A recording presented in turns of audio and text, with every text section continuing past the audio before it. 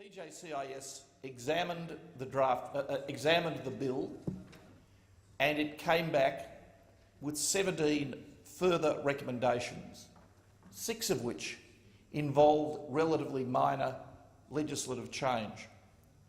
And I'm pleased to be able to tell you, Mr Acting Deputy President, that the government was able to accept all of those 17 recommendations, and those of the recommendations which involve legislative change will be incorporated in the government amendments which I will move in the committee stage.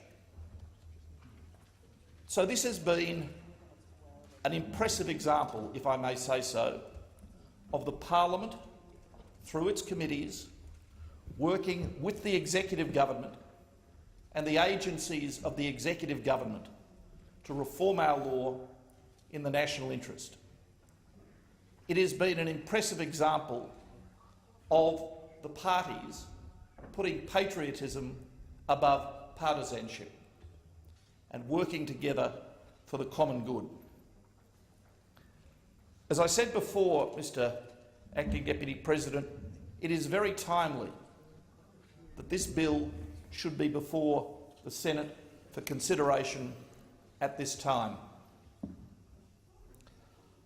It is a lamentable fact, but an unavoidable truth, that Australia at the moment needs the protection of its intelligence services, perhaps as never before.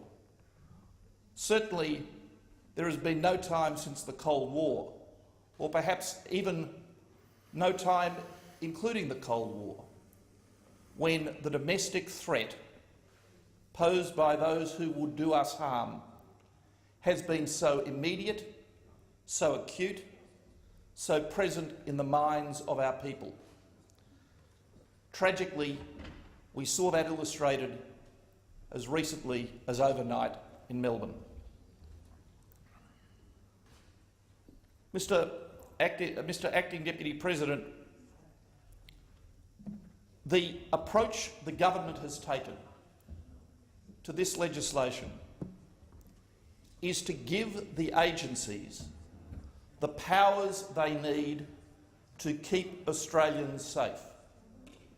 The protection of the public is the paramount duty of government. Every duty, every obligation and function of government is secondary to the paramount obligation to keep our people safe.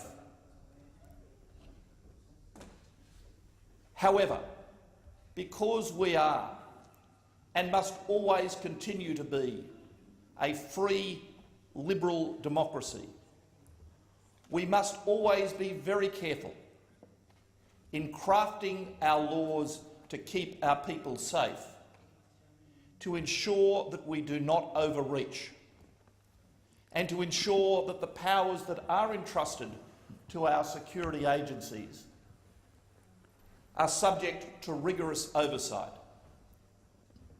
That has been the philosophy that we have brought to this legislation. To give the agencies strong powers and to subject those powers to strong safeguards and strong oversight mechanisms. I've listened with respect to the contributions of those who criticise this bill. I listened with respect, in particular, to the contribution of Senator Leyonhjelm and Senator Xenophon. And I want to thank Senator Leyonhjelm and Senator Xenophon for making themselves available to speak to myself and to my staff so that we could consult them on the bill. Senator Xenophon has indicated his support for the bill, subject to one reservation with which, if I may, I will deal with in the committee stage. Senator Leyonhjelm has indicated his opposition to the bill. It disappoints me that that is the position you have taken, Senator, but I understand and respect your philosophical approach. I understand and respect the fact that you believe that the power of government should be used sparingly, if at all, in a free society. If I may presume to paraphrase your political philosophy in a sentence, that, I think, is it. But may I remind you, Senator Lyon-Helm, that freedom is not a given. A free society is not the usual experience of mankind. Freedom must be secured. And particularly at a time when those who would destroy our freedoms are active, are blatant, and are among us, it is all the more important that our freedoms be secured by those with the capacity and the necessary powers to keep us safe. I want to reassure you, Senator Lyon-Helm, that the powers that are invested in the agencies by this bill are a proportionate and a judicious and a limited response to the threats we face. And I want to extend that assurance to all members of the Australian public. I thought, if I may say so, my colleague Senator Lazarus put it very well in the contribution he made a few moments ago, when he said, "I love this country, I love our way of life, and I love our freedoms." Every man and woman in this chamber would share those noble sentiments of Senator Lazarus.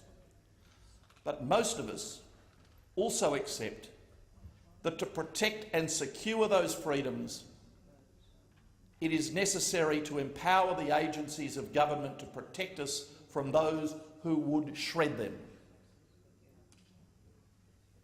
Now, I wonder if I might deal with the particular issues that have been foreshadowed by way of amendment by the Greens and by Senator Lyon-Helm and by Senator Xenophon during the committee stage debate.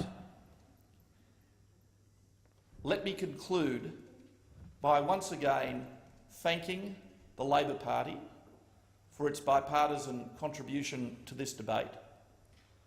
Let me in particular thank the successive chairs of the PJCIS, Mr Anthony Byrne and Mr Dan Tehan, and the members of those committees for their outstanding work. Let me acknowledge and pay tribute to the recently retired Director General of ASIO, Mr David Irvine, largely on whose watch this legislation was prepared and among whose legacies to the organisation this legislation will be, and to the officers of the Attorney-General's Department, led by Jamie Lowe, who have, at a departmental level, made such a significant contribution to its preparation. Let me end, Mr Acting Deputy President, where I began. This government will do what is necessary to keep Australia safe, and we will do so in such a manner as will keep Australia free.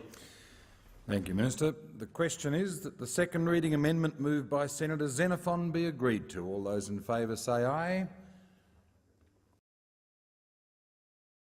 Is granted for 1 minute, Senator Ludlam. Thank you, Deputy President. I thank the chamber. I just want to put some notes on the record because Senator Xenophon hadn't moved this second reading amendment at the time that I made my contribution earlier in the debate. The Australian Greens will support Senator Xenophon's amendment because he's obviously seeking to establish an oversight structure that doesn't exist in Australia at this time. We support it with some reluctance, obviously, as citing the Foreign Intelligence Surveillance Court in the United States is effectively a court that operates entirely in secret. I don't think it's a particularly good template model for independent oversight of intelligence agencies, but nonetheless, understanding Senator Xenophon's intention, and that is simply one example that he cited of an entity, the Australian Greens would support the intention of the amendment, even if we don't believe that the Fisc necessarily provides the best working model for open public oversight, which we do agree that Australia needs. Thank you, Senator Ludlam. I'll now put the question that the second reading amendment moved by Senator Xenophon be agreed to. All those in favour say aye. To the contrary, no. I believe the noes have it. We only have one voice. The ayes have it. We require a division. Ring the bells for 4 minutes.